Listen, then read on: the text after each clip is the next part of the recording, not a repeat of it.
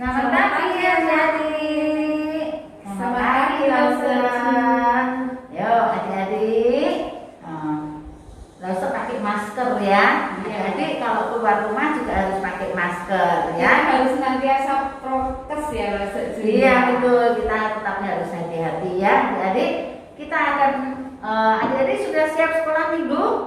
Kita akan bangkit berdiri, kita akan menyanyi Kau temanku, ku temanmu ya.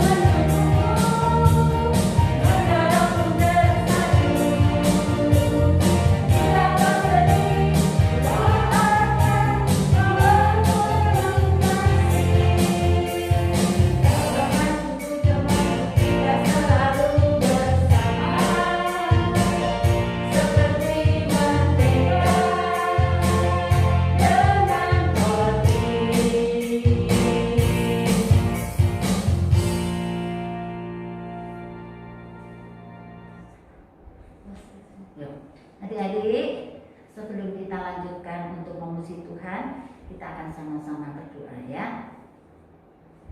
Bapa yang di surga, kami sungguh bersyukur Tuhan untuk kasih Tuhan yang tidak pernah berkesudahan di dalam kehidupan kami. Saat ini Tuhan, kami bersama-sama ingin memuji nama Tuhan, kami bersama-sama ingin mendengarkan firman Tuhan. Tuhan tolong melalui sekolah minggu ini, kami boleh semakin hari semakin mengasihi Tuhan. Berkati puji-pujian kami supaya bisa menyenangkan hati Tuhan. Di dalam nama Tuhan Yesus kami sudah berdoa. Amin. Yuk adik-adik, Lause mau tanya ya, adik-adik bisa jawab. Adik-adik, kalau ada binatang yang mukanya panjang, ya mukanya panjang, namanya apa ya? Kuda. Coba ditebak. Namanya apa Lause? Kuda. Kuda ya. Kalau binatang yang hidungnya panjang, namanya apa? Panjang. Betul sekali ya. Gajah. Ya, adik-adik lihat ya, binatang gajah begitu gede sekali. Nah adik-adik, kalau ada binatang yang sukanya lompat dari pohon satu ke pohon yang lain, sukanya makan pisang, apa ya namanya? Ayo, namanya apa? Namanya monyet. Yuk, kita akan nyanyi anak monyet ya. Yuk.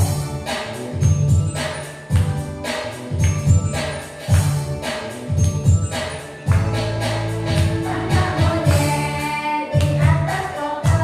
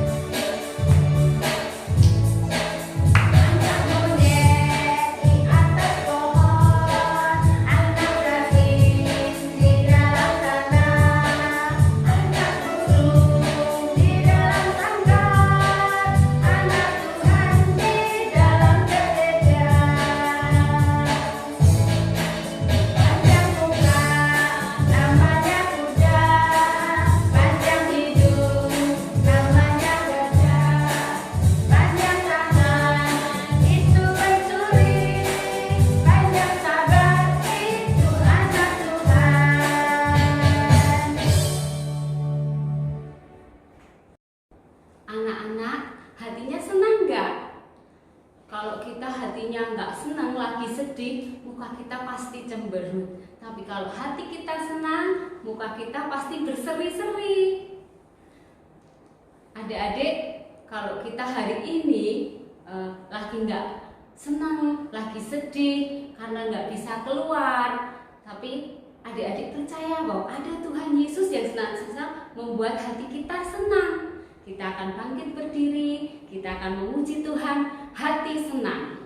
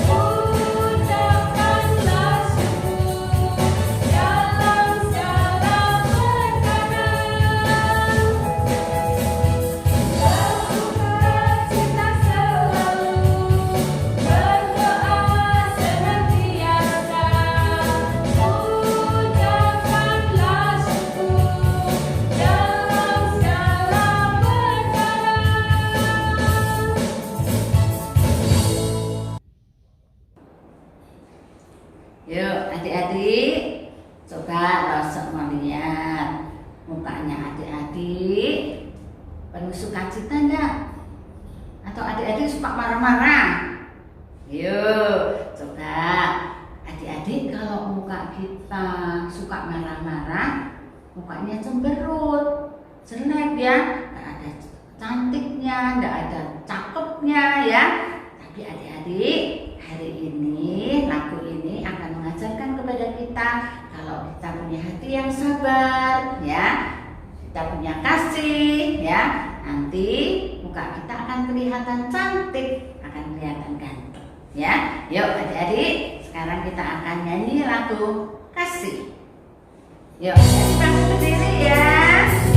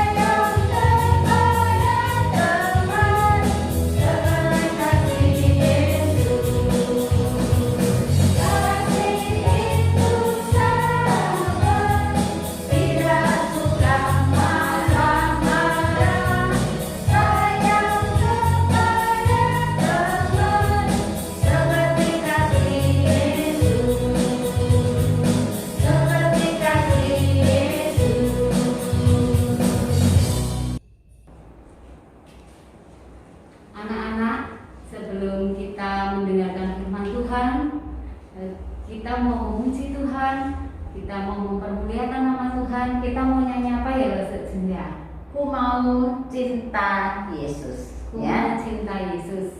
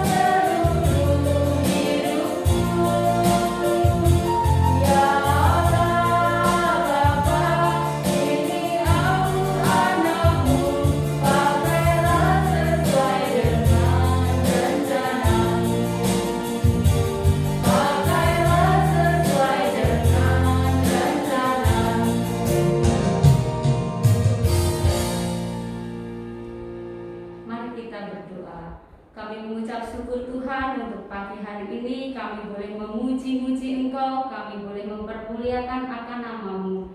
Tiba saatnya Tuhan, kami mau mendengar akan firman-Mu. Kami membuka hati kami Tuhan, kami membuka telinga kami. Berfirmanlah kepada kami rindu untuk mendengarnya. Terima kasih Tuhan, dalam nama Tuhan Yesus kami berdoa dan mengucap syukur. Haleluya, amin. Shalom anak-anak yang dikasih Tuhan, apa kabarnya semua? Tentunya Lause harap anak-anak semua sehat-sehat, kuat dan tetap bersuka cita. Hari ini Lause mau ajak kita semua berjalan-jalan ke negeri Niniwe, tempat di mana Nabi Yunus diperintahkan oleh Tuhan Allah untuk pergi ke sana dan memberitakan tentang firman Tuhan kepada orang-orang yang ada di Niniwe sana. Yuk kita akan sama-sama membuka bagian firman Tuhannya dari Yunus pasal yang ketiga. Yunus pasal 3. Langsung bacain untuk kita semua ya. Datanglah firman Tuhan kepada Yunus untuk kedua kalinya demikian. Bangunlah, pergilah ke Niniwe, kota yang besar itu, dan sampaikanlah kepadanya seruan yang kufirmankan kepadamu. Bersiaplah Yunus, lalu pergi ke Niniwe sesuai dengan firman Allah. Niniwe adalah sebuah kota yang mengagumkan besarnya, 3 hari perjalanan luasnya. Mulailah Yunus masuk ke dalam kota itu sehari seperjalanan jauhnya, lalu berseru, 40 hari lagi, maka Niniwe akan ditunggang balikan. Orang-orang Niniwe percaya kepada Allah, lalu mereka mengumumkan puasa dan mereka, baik orang dewasa maupun anak-anak, mengenakan kain kabung. Setelah sampai kabar itu kepada raja kota Niniwe, turunlah ia dari singgasananya, ditanggalkannya jubahnya, diselubungkannya kain kabung, lalu duduklah ia di Abu. Lalu atas perintah raja dan para pembesarnya, orang memaklumkan dan mengatakan di Niniwe demikian: manusia dan ternak, lembu, sapi, dan kambing domba tidak boleh makan apa-apa, tidak boleh makan rumput, dan tidak boleh minum air.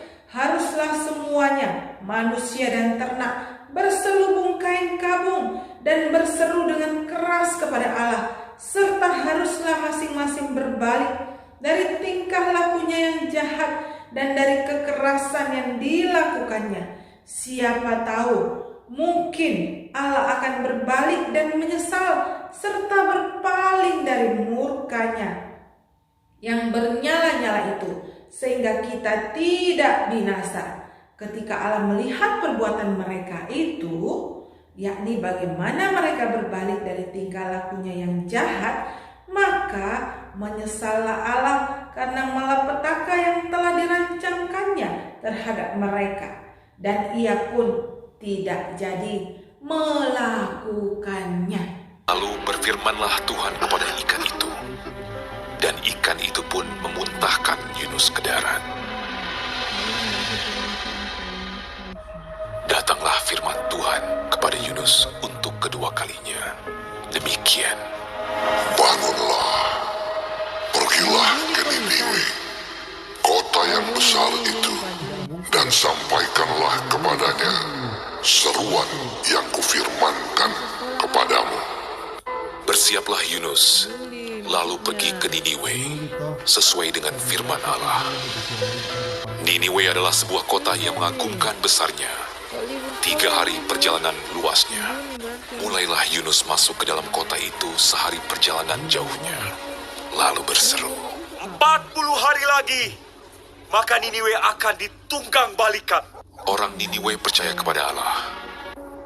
Setelah sampai kabar itu kepada raja kota Niniwe, Siapa tahu, mungkin Allah akan berbalik dan menyesal, serta berpaling dari murkanya, sehingga kita tidak binasa. turunlah ia dari singgasananya. Ditanggalkannya jubahnya, diselubungkannya kain kabung. Duduklah ia di Abu. Lalu atas perintah raja dan pembesarnya, Haruslah semuanya, manusia dan ternak, berselubung kain kabung dan berseru dengan keras kepada Allah, serta haruslah masing-masing berbalik dari tingkah lakunya yang jahat dan dari kekerasan yang dilakukannya. lalu mereka mengumumkan puasa. Baik orang dewasa maupun anak-anak mengenakan kain kabung. Ketika Allah melihat perbuatan mereka itu, yakni bagaimana mereka berbalik dari tingkah lakunya yang jahat, maka menyesallah Allah karena malapetaka yang telah dirancangkannya terhadap mereka. Dan ia pun tidak jadi melakukannya. Nah, anak-anak yang dikasihi Tuhan, tadi kita sudah melihat apa yang terjadi di Niniwe.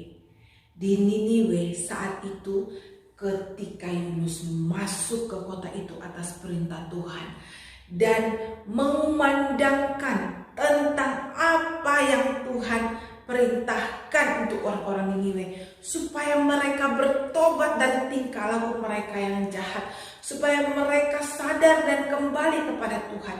Saat itu terjadi pertobatan besar-besaran. Satu kota itu bertobat.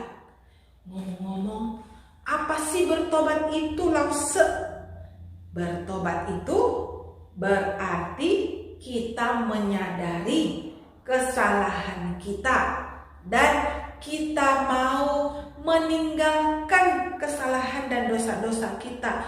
kita menyesali dosa-dosa kita, kita menangisi dosa-dosa kita. Kenapa aku kok dulunya jahat? Kenapa kok aku dulunya suka berbohong? Kenapa kok aku dulunya suka mengambil milik orang lain? Aku menyesal dan aku mau meninggalkan semua dosa-dosaku itu. Aku mau mengarahkan hidupku sekarang untuk menyembah Tuhan, memohon ampun dari Tuhan, dan mengikuti semua perintah-perintah Tuhan. Itu artinya bertobat, anak-anak. Yuk kita lihat bagaimana orang Niniwe itu bertobat dari kejahatan mereka yang begitu besar.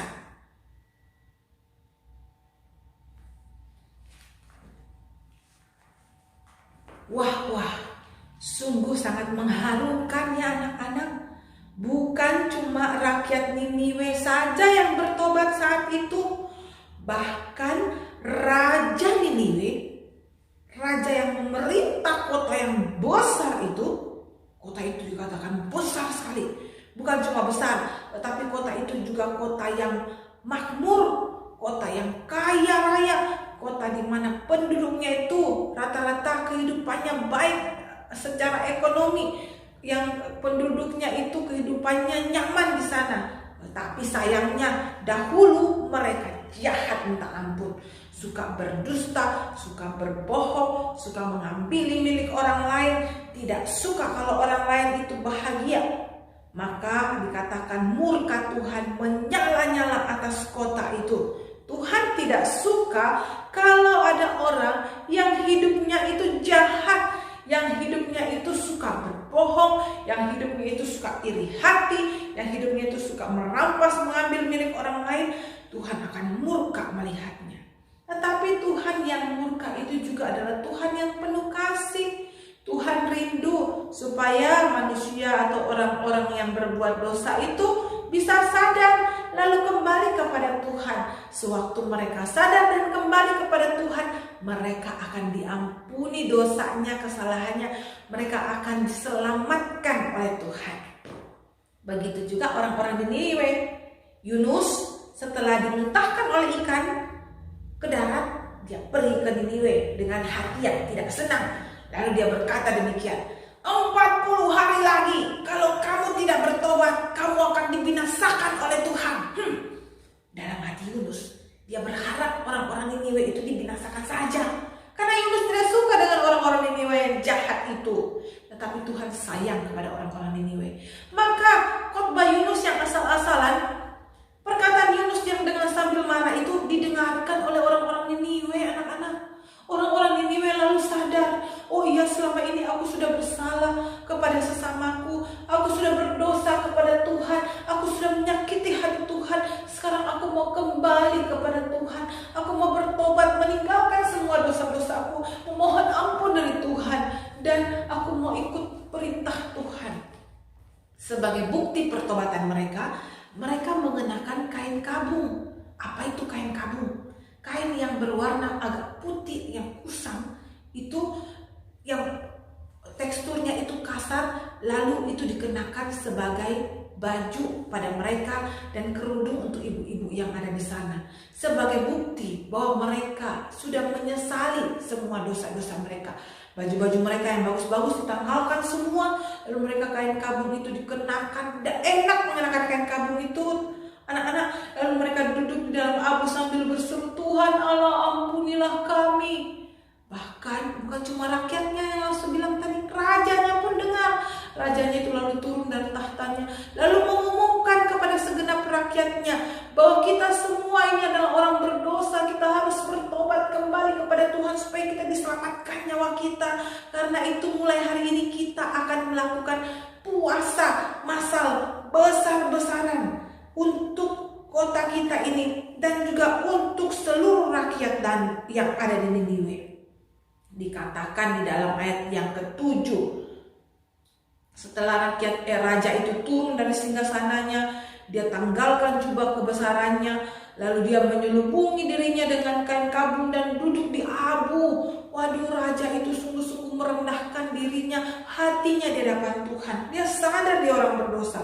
Lalu raja itu memerintahkan manusia dan ternak lembu, sapi, dan kambing domba tidak boleh minum apa-apa, tidak boleh makan rumput, dan tidak boleh minum air. Haruslah semuanya, manusia dan ternak, berselubung kain kabung dan berseru dengan keras kepada Allah, serta masing-masing berbalik dari tingkah lakunya yang jahat dan dari kekerasan yang dilakukannya. Jadi adik-adik, anak-anak, mereka bukan hanya berselubung kain kabung, duduk di atas abu, lalu berseru dengan keras, tapi mereka juga berpuasa. Berpuasa itu berarti mereka tidak makan dan tidak minum air. Berpuasa itu juga sebagai bukti bahwa mereka sungguh-sungguh mau memohon belas kasihan dari Tuhan. Jadi puasa itu dilakukan oleh orang-orang zaman dahulu, baik orang Niniwe maupun orang Israel, sebagai tanda bahwa mereka sudah menyesali semua dosa-dosa mereka, dan saat itu mereka mau kembali kepada Tuhan, memohon belas kasihan Tuhan. Mereka sadar tanpa Tuhan yang mengampuni mereka, mereka bisa binasa. Dan dengan berpuasa itu, dengan merendahkan diri di hadapan Tuhan, mereka berharap siapa tahu mungkin Allah akan berbalik dan menyesal dan akan menyelamatkan kita dari kebinasaan kita. Adik-adik yang dikasihi Tuhan, anak-anak yang dikasihi Tuhan, Tuhan ketika melihat bangsa Niniwe itu, bangsa yang tadinya jahatnya minta ampun itu, ketika dilihatnya mereka itu kemudian merendahkan diri di hadapan Tuhan sambil mengenakan kain kabung dan berpuasa, Tuhan lalu berbelas kasihan. Lalu Tuhan tidak jadi murka kepada mereka, dan Tuhan mengampuni semua dosa dan kesalahan mereka. Saat ini kita semua juga adalah anak-anak yang dikasihi Tuhan, orang-orang yang dikasihi dan disayangi Tuhan. Tuhan rindu anak-anaknya ini, Lause dan anak-anak semua, sungguh-sungguh hidup memenuhi, mentaati perintah Tuhan. Namun kadang-kadang kita ini gagal untuk melakukan perintah Tuhan. Benar gak sih? Coba siapa di rumahnya kalau disuruh berhenti main HP akan marah-marah dia. Aku tidak mau makan karena HP-ku diambil sama mama. Gak boleh ya. Tuhan tidak suka kalau anak-anaknya itu cemberut dan suka marah kalau dinasehati. Siapa dari antara anak-anak yang mulutnya itu suka mengatakan hal-hal yang tidak benar? Tuhan tidak suka juga ya. Tuhan mau mulut ini kita pakai untuk berbicara yang jujur, yang benar. Hati ini sungguh-sungguh cinta Tuhan dan mau taat kepada orang tua kita di rumah.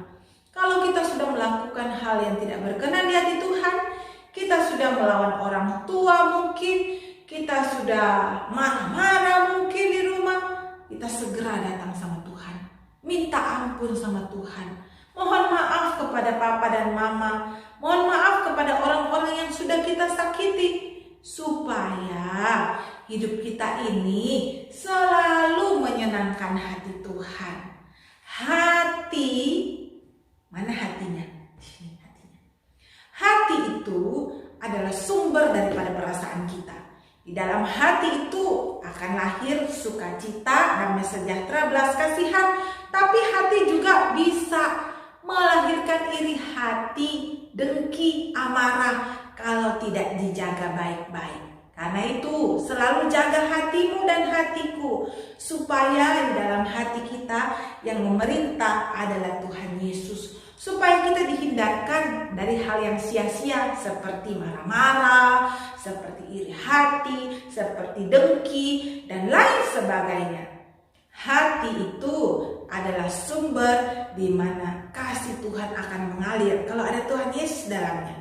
Orang-orang Niniwe hatinya sudah diisi dengan kasih Tuhan. Mereka mau bertobat dan kembali kepada Tuhan sehingga mereka beroleh keselamatan dari Tuhan.